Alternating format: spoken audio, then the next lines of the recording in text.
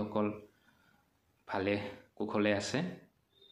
ইতিমধ্যে আমি জ্ঞাত যে ঠাণ্ডাৰ দিন পৰিছে আৰু এই ঠাণ্ডাৰ দিনত আমাৰ ছাগলীখিনিয়ে খুব চৰ্দি কাহ জ্বৰ ৰ'দত থিয় হৈ থকা জুপুকা মাৰি থকা এনেকুৱা ধৰণৰ আনুষংগিক কিছুমান সৰু সৰু বেমাৰত আমি আমাৰ ছাগলীখিনি বেমাৰত পৰা চকুত পৰে।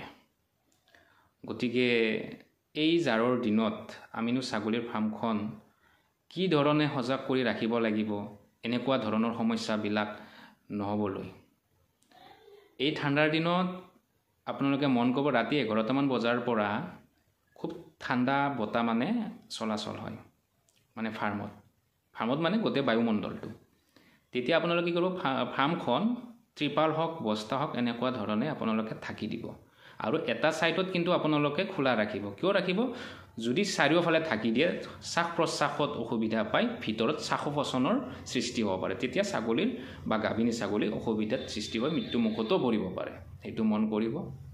আৰু খাদ্যৰ লগত আপোনালোকে কুহুমীয়া পানী ব্যৱহাৰ কৰক, খলিহৈ ব্যৱহাৰ কৰক, হালধিৰ গুড়ি ব্যৱহাৰ কৰক, গুড় মিঠৈ ব্যৱহাৰ কৰক।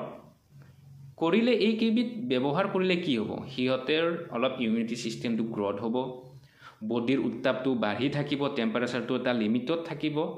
যেতিয়াই বডিটো সিহঁতৰ টেম্পাৰেচাৰটো অৰ্থাৎ হিটটো পাই থাকিব, এই জ্বৰ চৰ্দি কাহৰ পৰা দূৰত থাকিব। নহ'লে কি হ'ব? আজি চৰ্দি হ'ল, আপুনি হিষ্টামিন বলাছ কিবা এটা আনিব লগা হ'ল। আজি কাহ হ'ল, ফাৰ্মাচীত গৈ কাহৰ বটল দিয়ক বুলি আমি বটল আনিব লাগিল। ভাল নাপালে আমি কি কৰিম? ডক্টৰৰ পৰামৰ্শ ল'ম। এণ্টিবায়'টিক্স ব্যৱহাৰ কৰাৰ কাৰণে আমাক পৰামৰ্শ দিব পাৰে যদি দীৰ্ঘদিন কাললৈ যদি এই সমস্যাটো থাকে। গতিকে আমি ইমান দীঘলীয়া প্ৰচেছলৈকে যোৱাতকৈ আমি যদি এই সৰু কথাকেইটাত যদি মন কৰোঁ, তেতিয়াহ'লে এই আনুষংগিক বেমাৰবিলাক আমি ফাৰ্মৰ পৰা বিৰত ৰাখিব পাৰিম, দূৰত ৰাখিব পাৰিম। আৰু এই যে হালধিৰ গুড়িৰ কথাটো কৈছোঁ, এই আঞ্জাত যিটো আমি ব্যৱহাৰ কৰোঁ হালধিৰ গুড়ি, সেইটো ব্যৱহাৰ নকৰিব, কাৰণ তাত কেমিকেল মিক্স হৈ থাকে। বজাৰত যাব, মছলাৰ দোকানত যিটো দখৰা টাইপৰ সৰু সৰু থাকে হালধিৰ পিচ, সেইটো আপোনালোকে কিনি আনিব, আনি পেলাই ঘৰত পিচিব, সেইটোহে দিব। আৰু এজনী ছাগলীৰ পৰিৱৰ্তে 10 গ্ৰাম অৰ্থাৎ আমি চাহ খোৱা চামুচেৰে এচামুচ।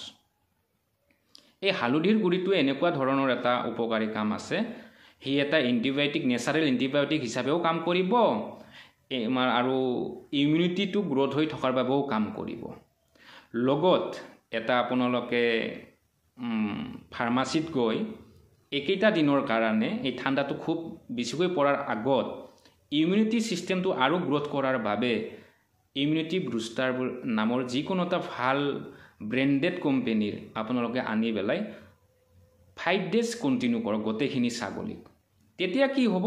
আমি গম নোপোৱাকৈয়ে এইখিনি নিয়ম মানি চলিলে আমাৰ ফাৰ্মৰ পৰা চৰ্দি কাহ জ্বৰ ৰ'দত ছাগলীজনী যাই পেলাই জুপুকা মাৰি থকা এই যিবিলাক আনুষংগিক যিটো কমন ডিজিজ আমি গম নোপোৱাকৈয়ে দূৰত থাকি যাব।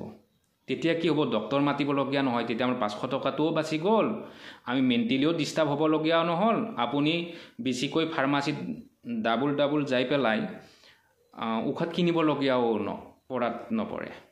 গতিকে আমি এইখিনি কিয় নকৰোঁ? ইয়াত বিশেষ খৰচীও নপৰে।